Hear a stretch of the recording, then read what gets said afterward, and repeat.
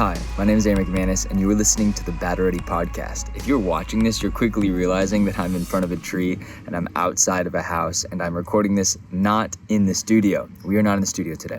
But what I wanted you to know is that this is one of my favorite episodes. We decided to pull an episode from the archives, and it's called Resiliency. It's on resilience, and basically, like usual, my dad breaks down some incredible key elements on how to be resilient, and I break down, if you're not feeling very resilient, how to work through it. Check this episode out. But before you check this episode out, we have a couple exciting things I want to let you know about. One, we have a new YouTube channel. So if you go to our Instagram, which is Battle Ready Podcast on IG, you can click the link in the bio. There's an option to subscribe to our YouTube channel. Just hit that. We would love for you to join us on this journey of Battle Ready. And just so you know, Father's Day is coming up. Father's Day is coming up. So we're going to make some special merch for Father's Day, and that will drop really soon. So pay attention, stay tuned, turn on notifications, check out this episode, and I really, really hope you enjoy it. And if you haven't written a review on iTunes, write a review. Let us know what you're thinking. Follow us on Instagram. Thank you for everyone on Anchor who supports this podcast, who donates each month. It makes this so much easier to do. We are so grateful for you. Enjoy this podcast. Enjoy this episode. We will talk to you soon. And what we're going to talk about tonight is resilience. And each time we're going to talk about something that is not just ethereal, not just a theory, not something that's just an idea that needs to be explored. It's something that we can identify that's a real need in the people we care about, the people in our lives, and the people around us and in our community. And even that we get to see as a part of the challenge across the world.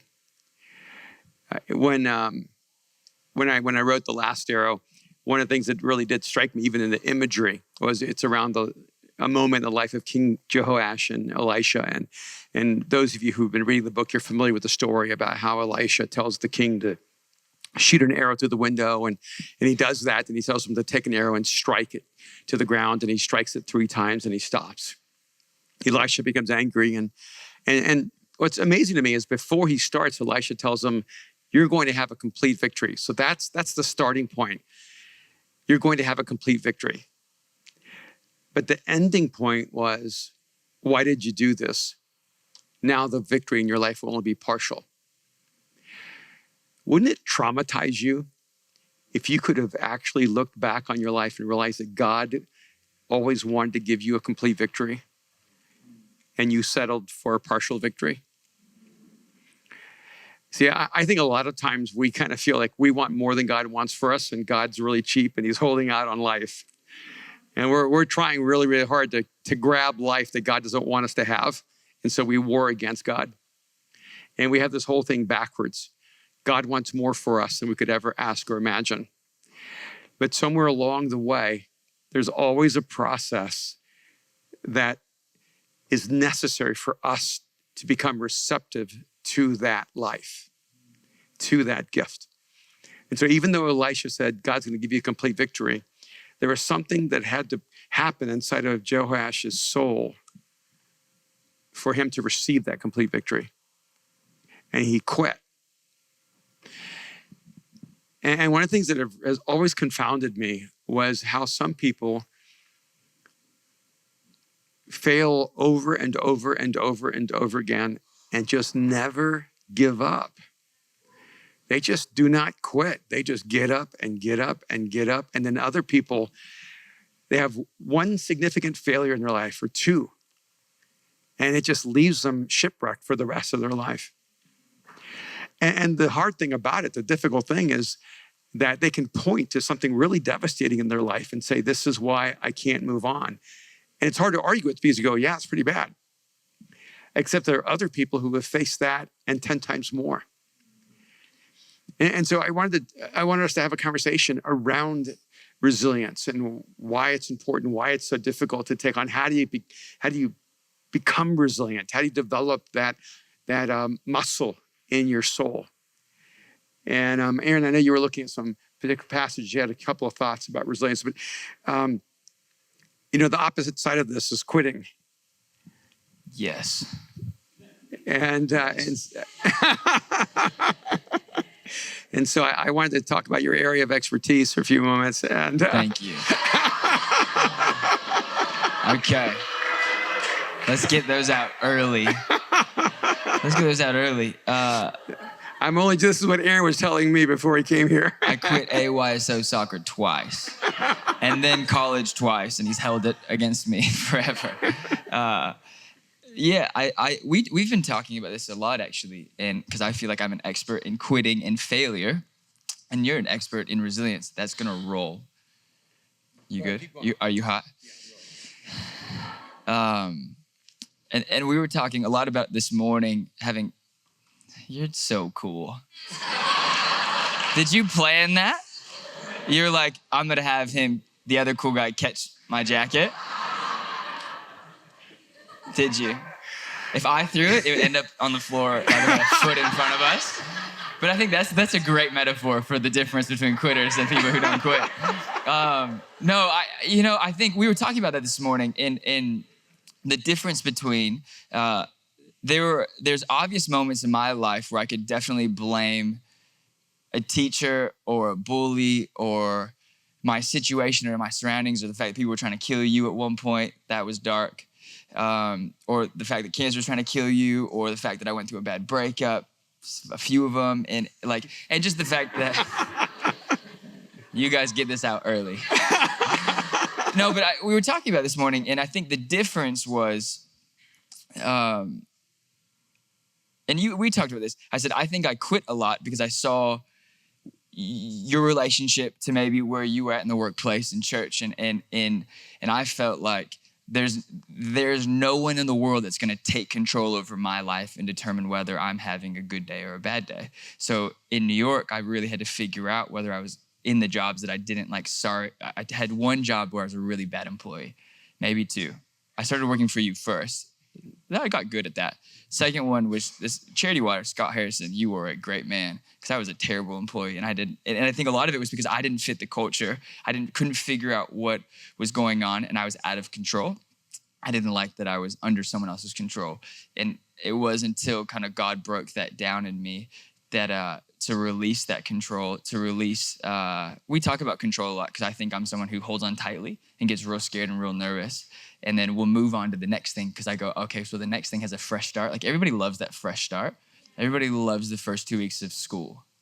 Because you get new backpacks, you get new clothes. Your mom's stoked because she gets rid of you for however long. And you don't realize that till later that's why your parents are so happy for you. Like, summer's over, child. You're going away. It's a day prison. No, but I think that's the difference, right? Is that, and I said that, I said, hey, I let a lot of things in my life affect my decisions to stick with things or to quit. You didn't. You had just as many things that were trying to hurt you, just as many things that were in your way, just as many things in your family. You didn't have two great parents that loved you. They do now. They came around. One of them came around. But you have a tough story. And yet you persevered, you pushed through, and you continually let nothing define you. But you also struggled. We had similar stories. You weren't great at school, even though you were athletic, and I wasn't. I showed up to freshman year wearing a sweater vest, a cutoff sweater vest, and a part down the middle, and a pink roller backpack. Yeah. And then he got home from a trip and said, "What happened to you?" And then it didn't. That was his mother. That was his mother. Yeah. And so my question to you is this. There were moments, obviously, where you failed. There were moments, obviously, where you didn't meet up to expectations. What was the difference? What was the moment that you decided that you were going to no longer let being average define you? What other people would call you as average define you? That's a really good question.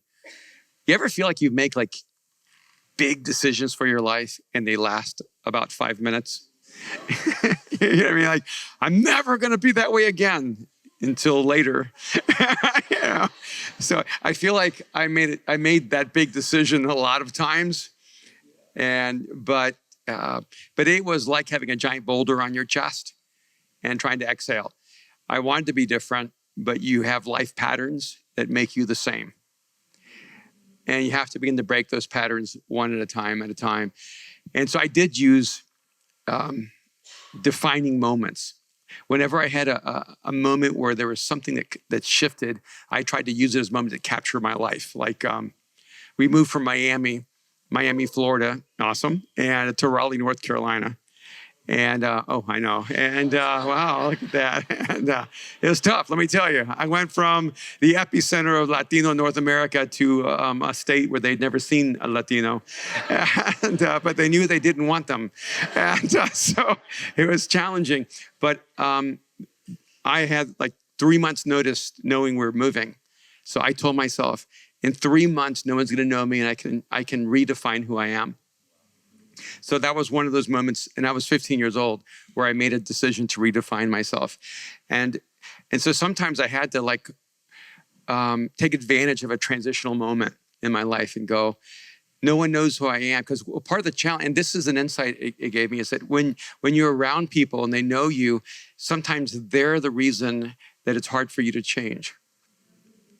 Because if people only see you from the worst you, they actually tie ropes to your soul, holding you back to who you were, not who you want to become. And since I didn't grow up with faith, I didn't grow up in church, I didn't have the experience of people who were seeing the best in me, trying to pull me forward. And so some of it was then trying to find people in the world that looked a little bit more like what I wanted to become like, and pull myself by almost like the momentum of their life. And I think in some ways that's a part of why I became attracted to Jesus, was because he personified for me everything I wanted to become. And I thought, maybe I can use like the momentum of him to become the person I want to become. And then I started meeting Christians. And everyone else has like negative experiences, things like with Christians, but I had really positive experience with Christians. I don't know why. I just met the good ones. Where were they? Yeah. I was, almost 20. I was basically 20 years old, and I met all these amazing human beings. I mean, the girls were beautiful, the guys were cool, and the ones that weren't cool were just kind. And, but they were all, from my perception, just simply better human beings than me. And they were willing to be around me. And so I felt like they were slumming to relate to me.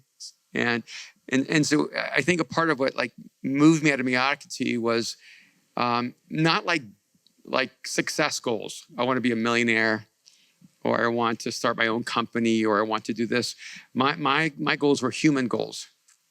I want to become a better human being. I want to be a person who's compassionate. I want to be a person who's kind. I want to be a person who's trustworthy. And ironically, the human goals transformed my organizational goals, my success goals, my life goals. But I didn't know, I wish I could say I was smart enough to have known this. I didn't know they were connected. I didn't know that what I was doing was allowing God to change the material inside of me to be able to live a much bigger life. And so that's some of what, so when we talk about resilience, I think one of the challenges is that hold on, just to go deeper into that, you worked a lot of really bad jobs. Oh my gosh. I've done everything. And I remember in Miami, me and my brother told my mom we're moving to New York to be garbage men. Why? It was on a list for the highest paid job in America. That's why. And I thought, I can do that. I can hang on the back of a truck and think I'm, garbage, save a ton of money. And my mom's like, so this is your goal. And we're like, what's wrong with it? New York, garbage? It's like lots of it. You're always going to have a job. Someone's got to do it. So yeah, I had really huge aspirations. But in that, did you feel like the cutting down trees, you have a really amazing story about installing insulation. Oh, I used to install insulation with asbestos. And asbestos. Asbestos. It's like with Aaron McManus on the podcast. Yeah. Like with asbestos. I was an orange picker in orange groves. I worked as a lumberjack. I worked as a carpenter. I worked construction. I was a librarian, believe it or not. And what? You said no. You were getting polls. I had so many jobs. I mean, you just name it, I did it. And do you feel like that helped build up into living a life of resilience? well, I do. I mean, because I was just, one, I was moving from job to job to job to job, and I was terrible at all of them. So you were quitting a lot? No, I would be encouraged to quit. And, I wasn't. We picked oranges for one day, and this is how every one of those stories starts. By the way, I was bleeding everywhere. I didn't know orange trees had thorns, and so I was cut to shreds. Me and my brother did not pick enough oranges to pay for our gas that day. The manager of the orange grove called me and my brother in, and he said, "Hey, look, boys, I'm going to fill your car up with gas, and you're not going to come back tomorrow." So that was my career as an orange picker, but I gave it everything I had. But let me tell you what it did. It made me realize that people who don't make a lot of money work really hard. But I also discovered like inventiveness. While we were picking oranges, climbing those trees, dropping those oranges, crushing them, and we saw this little old African-American man, probably in his 70s, sitting on a lounge chair. He had built this long fishing pole rod and connected it to a contraption where he could just throw it up to trees and strip all the trees of oranges. And he was dropping oranges perfectly into the crates that he had. He filled up like 5 giant crates by himself from a lounge chair while me and my brother worked all day to fill a half a crate. And I realized every hard job has a more intelligent why. And I read the words of a character, I think in a Heinlein book called Lazarus Long. And it said that Lazarus Long, they thought he was a genius, but he was actually the laziest man who ever lived. And he just was always determined to find the easiest way to do the hardest task. And so even like we're picking those oranges, it taught me, I thought, there was a man who figured out how to do a hard job a smart way. So everything was like that in my life, where I felt like I was learning from the hard work even when I failed over and over again. And but I didn't know why I was doing what I was doing. I didn't have a purpose or an intention around it. So it was easy to quit because none of my jobs gave me any meaning in life. And I think that's a part of the problem. I think a part of the reason a lot of us don't develop resilience is that our work isn't connected to meaning. And if we don't find what we're doing meaningful, it's easier to give up, isn't it? Yeah. We were talking about one of the definitions of resilience and how resilience is like if you look at 3 images of, what were the 3 trees? There's the oak tree, the eucalyptus tree, and the palm tree. Yeah. Right. Yeah, because some people are like oak trees, they're unmovable and storms blow, but if the storm's strong enough, it literally pulls the oak tree out by the roots. The eucalyptus trees grow fast, they look strong, but actually they're brittle and they're worthless. But the trees that actually can survive like hurricanes and storms are palm trees because they're highly adaptive and they move with the wind and reshape themselves based on the force of nature. And resilience is not becoming an oak where you're immovable, and or becoming eucalyptus that you grow fast but are just brittle and fragile. It's really becoming like a palm tree that you can adapt and adjust to life situations. And I think this is actually the key to resilience. The key to resilience is the ability to adapt to unexpected circumstances in your life. And so if you need everything to be the same, everything to be predictable, everything to be protected, your resilience is going to be really, really low. And if you learn how to adapt, if you learn how to adjust, if you learn how, in a sense, to live life like jazz, and then you get to enjoy the spaces in between the notes in life.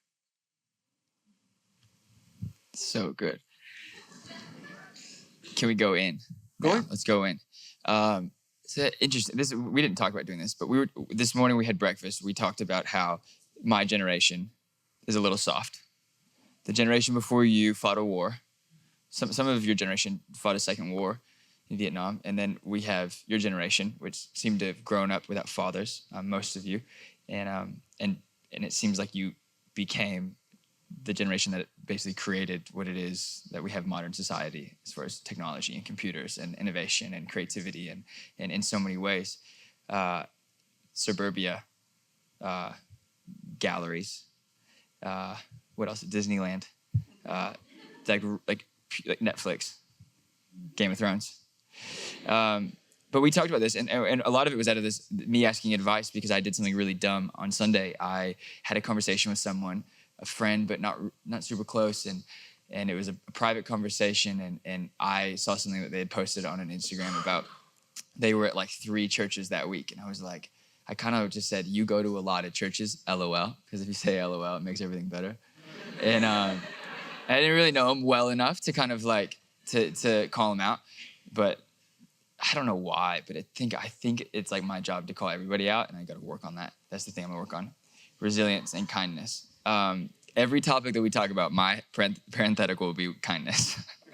And and then I used it in my offering talk on Sunday night. I said, when you give, if you go to 3 churches, I hope you give 3 times, but you're probably not, because you're probably just taking 3 times, not actually growing.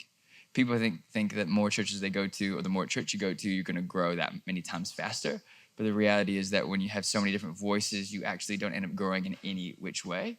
I think oftentimes it's why they don't want you to double major in college. For the few of you that double majored and are brilliant, different story. But I think we started to have this conversation. So, I'm sorry, I apologized. I got home to the longest DM of the world, mad at me that I called her out, and then more mad that I used it in an offering talk, and then even more mad because I'm judging her because she wanted to get closer to God. But it kind of missed the whole point. And then I asked you basically for advice going, hey, I feel like oftentimes our generation misses the entirety of the point. I was saying it's simple. Don't go to 3 churches because you don't grow at any of the 3. You don't do life with any in particular person. But then we get to a place where I feel like, and you said basically, your generation just doesn't take critique well. Your generation doesn't actually, you said they might have missed the point entirely. And I say might because they might be in this room, and then she's going to be more mad at me. But you know what? Like, you're talking to me and I get to talk. So this is real life. But I think our generation forgets the value of sticking with it. And I think resilience is so oftentimes broken down to, we were talking about consistency, but really isn't consistency, it's commitment. Because we were talking about this back to the chef's table of or this movie that I really like called Burnt with Bradley Cooper. No one saw it, but it's really good. And they have this conversation between 2 chefs, and he's sitting at Burger King, and he basically says, do you want a burger? And she goes, absolutely not. I'm a chef. I want real food from chefs. And he goes, this is real food. This is what everyday people eat on minimum wage. She goes, I am a chef. I make minimum wage. And it was like a joke. And that obviously isn't funny when you retell it. And basically what this like conversation happens is that he says the problem with this burger isn't that we're using the same ingredients, but they're using it in a more mass marketed or mass manufactured way. It's the fact that consistency kills. And we were talking about like consistency can kill, but also you have to have consistency at a high quality to be resilient, right? If your consistency is at a low quality, it doesn't matter how resilient you are, you will fail every time. But if your commitment is to being consistent and to being faithful and to being disciplined, you can achieve resilience. And that was one of the things that you were saying. I don't know if that made any sense at all, but I do really wish you would speak on maybe the attributes of resilience. How do you gain resilience? How do you keep resilience? And how do you grow into being consistently resilient where you don't have to be as resilient because you fail less? Well, I do think that's a great image. A lot of us, I mean, who wants to be Burger King, or who wants to be, like Central, the number 1 chef in the world? I mean, if you're going to be a meal, would you rather be a gourmet meal or a punched out burger? And I think the reality is that most of us want to be a gourmet meal, but we want to make the choices of the burger. And we just end up living, because when you choose to live a life that doesn't stick things through, you actually don't develop the internal virtues and characteristics you need to do things at an extraordinary level. That when you choose to be average, you become just that, like everyone else. You become an assembly line project and product. When you actually give yourself to something and stick into it and stay with it, you actually become great. I mean, I look back and I go, like, when I was working in construction, I never had a desire to be the greatest construction worker in the world for the rest of my life. But I did, when I did it, decide I'd be the best that I could be in my life right then. And what you don't really realize is that you actually take those characteristics everywhere you go, that those are transferable, that the skills and values and virtues that you take on when you take on resilience, when you decide, I'm going to keep going, I'm not going to give up. Even when I fail, I'm going to get back up, I'm going to get back up, I'm going to get back up. Those are the things you learn. Like, they called, what's his name? Is it Valentino was supposed to be the greatest lover, And I remember saying years ago, it's funny how they would identify a guy as the greatest lover because of how many women he loved. Because actually, he's not a great lover. He's a really poor serial lover. And because if you quote love 1,000 people, you only made it to that 1% of your capacity to love. See, I'm a great lover. I've been married 34 years. And Come on.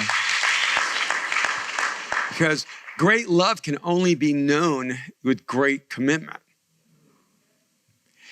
And when you move from thing to thing, from project to project, from church to church, from job to job, from human to human, you're actually moving through the path of least resistance.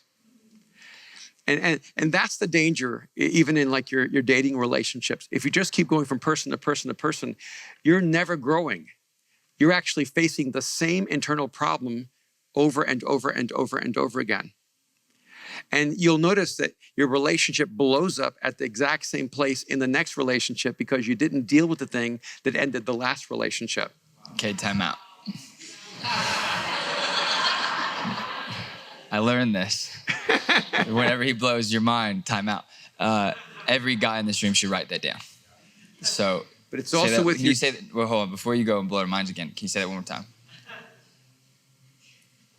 Serial dating. Yeah. If you keep moving from one person, another person, another person, another person, it just keeps blowing up at the same place. You actually have an emotional roadblock that you think you're traveling a long journey because you've gone 100 miles, 1 mile, 100 times. But what your soul is looking for is one person you can travel 1,000 miles with. And you've got to learn how to break through. Some of you are so terrified of honesty and intimacy that you can't move to the next level in the relationship because the moment it requires you to be transparent, you bail.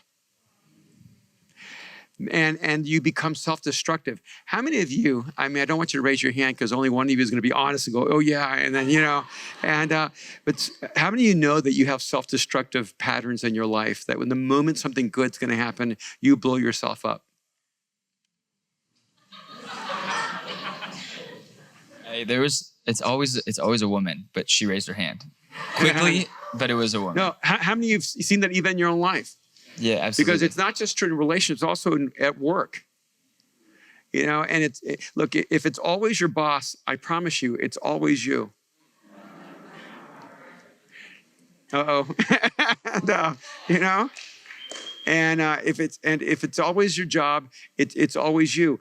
And so you need to look and go, is there like a pattern in my life that just keeps blowing up? Because this is where I need to develop resilience. This is where I have to fight it through, so I can get to the other side of this part of being human in my life. And so I look back, and probably there are things I committed to that maybe I shouldn't have committed to. Because when I give my word, I just don't break my word. And I'll keep commitments that I wish I hadn't have made. And part of the reason for that is because I look at, if you give your word, you have two options. You can go beg to be released and go, man, I should not have made that commitment. Would you just release me? Or you keep your word. And a lot of people go, I don't have to keep my word because it's just, it's just what I thought yesterday, is what I believed yesterday. And, you're breaking a promise, but you're doing something else. You're setting a pattern in your soul for the person you're becoming. And then the day when you want to keep your word, you won't have the internal strength to be able to keep your word, because you've actually weakened that muscle where you're not capable of being resilient. And I think this is why it's so important. Let me just go real quickly. I know our time is really up. You good? I'm good. Yeah, I'm good. Just a couple quick things. One is just do some self-assessment. Go to your friends and go, hey, am I fickle? And go to your friends and go, do I keep my word to you? Do I keep my promises to you? Don't treat any promise as small. If you say to someone, hey, I'll meet you for coffee, show up. You know? And we live in a culture where if not showing up doesn't seem to be a problem, and showing up late doesn't seem to be a problem. And, it's keep your commitments, because you're not just building a reputation with another person, you're actually building an internal structure for your own life. And so when you keep commitments you don't want to keep, it's amazing. You'll find the strength to keep the commitments you want to keep. Every time I have a book deadline, I have a looming reality in front of me. I've made a commitment to a publisher, and there's a lot of people connected to that. And if I don't keep that commitment, it dominoes and affects a lot of people. And what's interesting to me is that on the personality grids, I'm supposed to be a non-structured personality that's massively adaptable and flexible, but I love deadlines. I see deadlines as an opportunity to paint my character up against a wall. I get to prove that I've overcome what is, quote, an inherent weakness in me, because I've developed a character base that's stronger than my personality.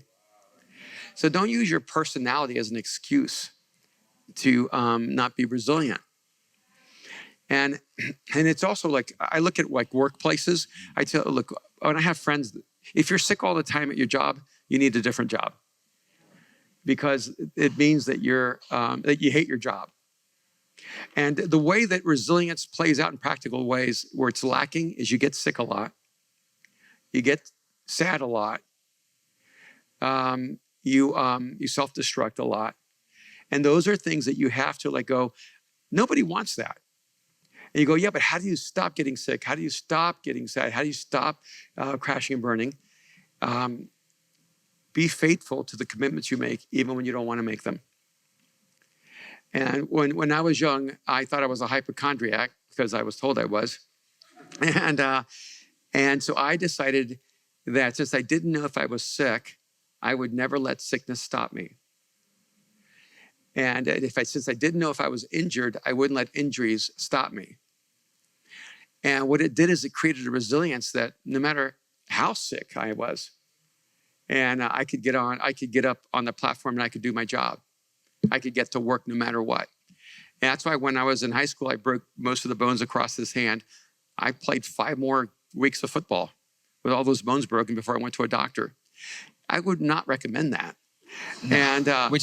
And you've actually, on a lighter note, we were talking with someone at a church at a conference, and they were saying, they called you, they said, we thought, you yelled and you spoke to a stadium of 30, 40,000 people, and you're dripping in sweat, and you came off, and the lead pastor came up and was like, I thought you were a conversationalist. And I thought you were just a sit on a stool type of guy. And then you asked me, I remember you came back and you told me, you're like, that's what he said to me. And I said, wait, didn't you sit on a stool when you broke your ankle, but you would fake that you could walk? So then you'd walk to this, you were literally on crutches for 6 months or 4 months. You'd use the crutches to the side stage. You'd walk to the stool with the cane, and then you'd sit on the stool, and then it became a trend. Yeah, I actually tore the Achilles in half, and my calf ripped in half. So I had no calf for a year. And I heard it explode. Yeah. But I didn't want people on stage to worry about me being injured. So I would just take a deep breath, walk on stage like I had no injury without a calf or Achilles. And then I'd sit down like I was doing it as a new approach toward communication. And I say that because we also had a conversation. It just hit me now too, because there was a Bible verse, Colossians 3:24, but you should just go read it because it actually has everything to do with this. But we had this conversation this morning, and I said, I think a lot of my commitment issues were because I watched you make really big commitments, and then I watched you just get crushed by them for years. And And then it kind of hit me while we're up here, and I'm going, if you hadn't made that 15-year commitment to stick with church when you could have done just about anything else in your life, we wouldn't be here right now. And we get to live in the reality of your resilience. And I think it's such a cool thing as a church. It's just such a cool thing as a community. But I also think that, like, whether you're in the workplace, whether you're in a relationship, and not always with relationships, there's so much more with that.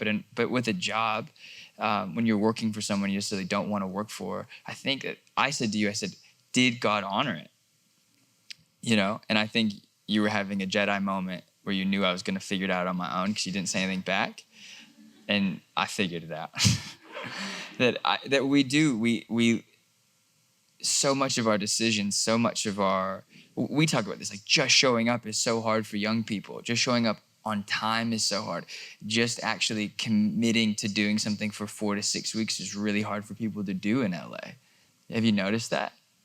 Like, have you ever had a birthday party and then trying to get friends to it is like the hardest thing because LA is just weird? And I told him, I was in New York. Like, I'd make a friend a day where you'd walk into a coffee shop and you just, it's a different type of resilience. It's a different type of connectivity when you have community. And I think when you have to beg leaders, and I tie everything to the church because I'm always doing that. When you have leaders who refuse to be, here, time out real quick, my brain. I was 16 years old when you learned to drive in California, 16. I was a late bloomer, so I probably did it 7 years later.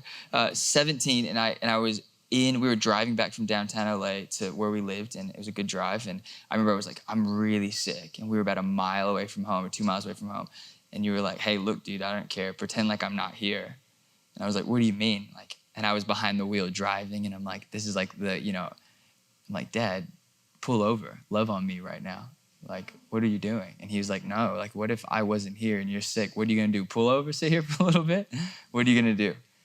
And I thought he was being cold. And I realized that, and it's one of the few things, like maybe harder moments in my life. And you weren't even that hard. You were just a bit different because you were always you're always the hero. You're always the guy who scoop you up. Oh man, let me make you feel better. You're like that as a leader. You're like that as a boss, and in every which way. And I remember that because because it applies now. Like even if you work for church, sometimes Sundays is just like a normal bad day like everybody else. Like if you work for a church, it's not like, oh my gosh, Sundays we get to go to church all day for 13 million hours and pretend like we love seeing every single one of you every single time. You know what I mean? Nah? Yeah. But I mean, there's a great honor in working for church. But church doesn't just happen on Sundays. It happens Monday through Saturday and Sundays. And the Sunday part is just the part we get to all come together, right? We're doing this throughout the week. And I think that there's so many times where I'm like, I don't want to do this. I do not want to go to this funeral that I got to go to on last Saturday. And that conversation came up in my mind where it was like, you have no idea what's going to happen at that funeral. You can sit wherever you're going to sit, but are you going to lead? Are you going to learn from those moments? And are you actually going to ingrain resilience into your day-to-day life, whether it's showing up on time or whether it's showing up when someone dies or where it's showing up and celebrating life. And I think as leaders and as people who come together, that we let that slide so much. I think it's funny when friends lie when they're like, I'm sick, I'm not going to go to work. So they take a sick day. And I'm like, man, that's so cute. Like, you can take a sick day like that. Our culture has padded for us to lie. And I think, and I'm tying this all together. The beauty in all of this, I think as a young person, the way I've watched your life is that you have always told the truth, even when it's hurt.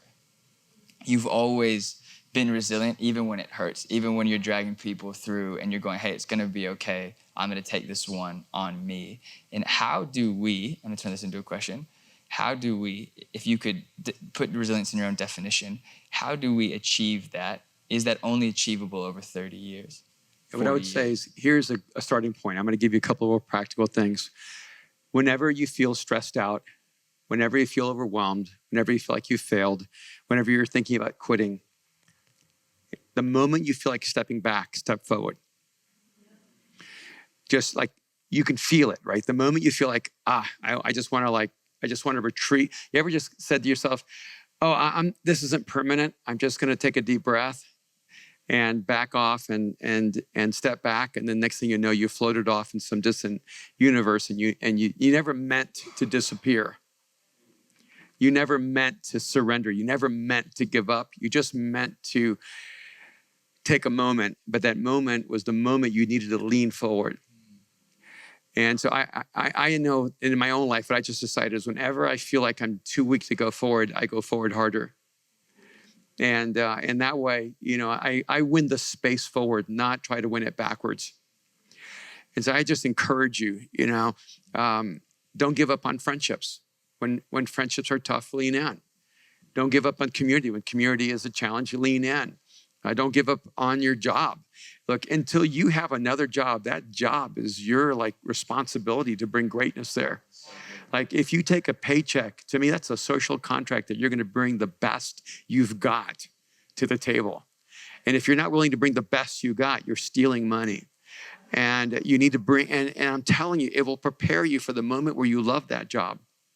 Because you won't get that opportunity that you love until you're doing the work in a way that you love it. And so there's just a couple of characters. One, be faithful. I know it's not a sexy word. Just be faithful, be faithful, be faithful, be faithful, be faithful in the small things. Don't get mad when the person over you doesn't recognize your awesome talent fast enough. And they go, I'm a king, but they're treating me like a court jester. Be the jester, be the best jester. Be such an awesome jester. Then later you're the funniest king in the world. And, do what you're asked to do. Be faithful in the small things. And that's Jesus, right? That's the scriptures. Be faithful in the small things. Secondly, live a life of gratitude. Grateful people are resilient people. Ungrateful people lack resilience. I can tell you there's a deep connection. When you're ungrateful for life, when you're ungrateful for what you have, when you're ungrateful for your friends, when you're ungrateful for your job, when you're ungrateful to God, you actually become fragile. Ungrateful people are fragile. You know this. You know your ungrateful friends are fragile. And so you can't even tell them you're an ungrateful jerk because they're so fragile. They can't hear it. They can't hear it. And so grateful people, I'm telling you, grateful people are resilient. And so if you don't know if you're resilient, ask your friends, am I grateful? When they say no, it means you're fragile. And if you're worried, I can't ask someone because I don't want to hear it, you're fragile. Okay? Faithful, grateful. And the third thing is to be humble. Look, humble people are resilient. Arrogant people are not resilient. Arrogant people get crushed so easily that they attack other people when they fail. And you can see that even in pro sports. You can always see the most arrogant athlete because when they lose, they start blaming it on their team.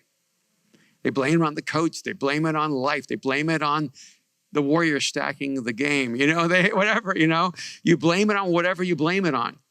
And humble people take responsibility. And because of that, they're more resilient. See, humble people expect to fail. That's part of the perspective of humility. Of course I'm going to fail. Failure is my friend. I know it well. Arrogant people are shocked when they fail. And so somebody did something to them. Somebody stole their victory from them. And that's one of the things you need to really look at and go, look, and humility isn't like a fake, I'm nothing. And actually, arrogant people are an odd combination of the most insecure people in the world and the most self-indulgent people in the world. And humility is really, look, one of the best ways you can know if you're humble. You want to know how? You're able to identify the greatness in other people. See, because the perch of arrogance cannot see other people's talent. But when you're standing on the flat plane of humility, you can see the greatness of other people. And so if you can actually identify greatness in other people, you're a more humble person. If all you can see is everything that's wrong with everybody else, you are actually seeing the world through the lens of arrogance. Yeah. Okay? We need to close our podcast. Last thing. Yeah, we just give it up. You're awesome. And your brain, I wish we could have an Iron Man moment of your brain where we could open it up and let the holograph and whoever is the voice, just talk about it. But no, the last thing I want to point on, because you said this, and would you say like leadership in church, just because I want to tie this into here, but leadership in business, however you want to take it, do you think that you're harder on people who are more talented, that come off more talented right off the bat to see if they're resilient? And the second thing would be, I would say that, this isn't really a question, but these are the two things I know about you, that you look at leaders and go, the guys who come in going, I'm more talented, you go, okay, let's see if you're more talented and see how long you can wait to show me how talented you are. And if you can be committed and resilient in this waiting process. And the second part is that I think you are with talented people, if they don't identify talented people, their talent is limited to you. Their ability to bring up young leaders or bring up more talent. Like, could you speak on those two things? That's a lot. I mean, just to frame it, I just have to go like, it's a tricky thing. I tend to not be attracted to people who walk in the room certain of their awesomeness. You know what I mean? Even if they are awesome. Like sometimes it's more irritating because they actually are awesome. So annoying. But when they're so certain of their awesomeness and so they're blind to the awesomeness of others. Like to me, like one of the things I admire so much about Mariah, because I actually think Mariah exemplifies resilience at a really high level. And the characteristics that I've been unwrapping. And is that Mariah will not allow a person to emerge based on talent. And that's really hard in the world of music and worship. Because what you want to do, especially in this context, is you don't want people using church as a way to give a platform for their ego. And because that's just going to hurt them and hurt everybody else too. And I know there've been times where we're like, we need that musician. We don't have any oboe players, and and we just got to bring that really cocky oboe player in. And Mariah's like, no, I'll live my life without an oboe player, or without a guitarist, or without a drummer. In fact, I know Mariah, she would rather do all this without a drummer than have a drummer who hasn't yet learned to walk with humility. And I feel like that's one of the things we have to build as a culture.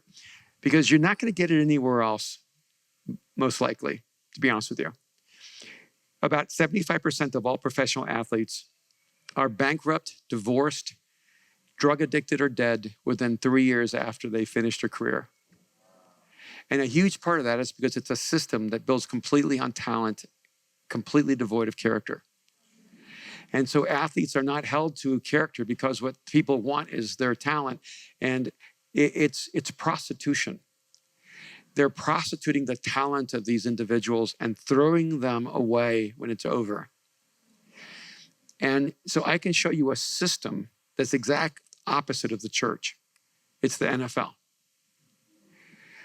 And I can show you the end result of it. But people come to church and want us to have that system. You want to be selected based on your talent, and get angry when someone talks to you about your character. And we're going, we're not the NFL. You're not going to start just because you're the best wide receiver. And we're not going to be the people who let you do that and at 35 be bankrupt even though you made $250 million during your career because you didn't know how to make good decisions for your life. And this is the exact opposite system. We would rather do the hard work of building your character and deprive ourselves of your talent so that one day your talent can be informed by your character and you will be a gift to the world rather than a deficit. And that's the same thing with resilience. A part of the reason it's really important to pick a place like Mosaic, like a church, to invest your life, to be committed, is because there are virtually no social structures where anyone will focus on the development of you as a human being. Like, even if you don't believe in God and you're here, even if you're not even sure who Jesus is, if you're not even sure about this whole Bible thing, let me tell you, you need community Because community is the environment in which we actually become our best selves. And that's why this is so important. And going to church isn't going to change you. Becoming a part of community is going to change you. And that's what I would encourage you to do. And by the way, it was probably 20 years ago, I was doing some work as a futurist. And I actually back then felt like resilience was going to be the principal characteristic that's going to become the most valued in culture outside of creativity. Human creativity is going to be like the commodity going forward. But resilience is the other commodity. Because hiring highly creative people who aren't resilient is going to cost your organization billions of dollars over time, just looking from an economic perspective. And resilient people actually, in the end, play out as more creative than simply creative people. Because you can have a creative idea, and believe me, if you have a creative idea, people will take it from you. And you'll be broken-hearted, because if you're not resilient, you won't have another one.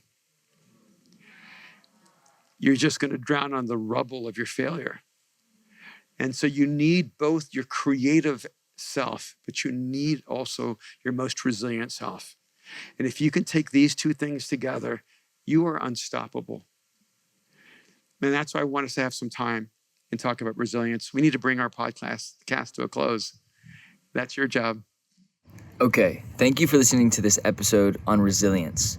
I hope that you're feeling a little bit stronger, a little bit more courageous, a little bit more sane. It's okay, we're all a little bit crazy. I hope you're having the best day wherever you're listening to this, wherever you're watching it. We are so grateful that you were part of the Battle Ready family. So grateful that you listen to the podcast, that you subscribe, that you review, that maybe sometimes you get the merch. It's coming soon, I promise, for Father's Day, don't forget. But thank you so much for listening to this podcast. I hope you have a great weekend.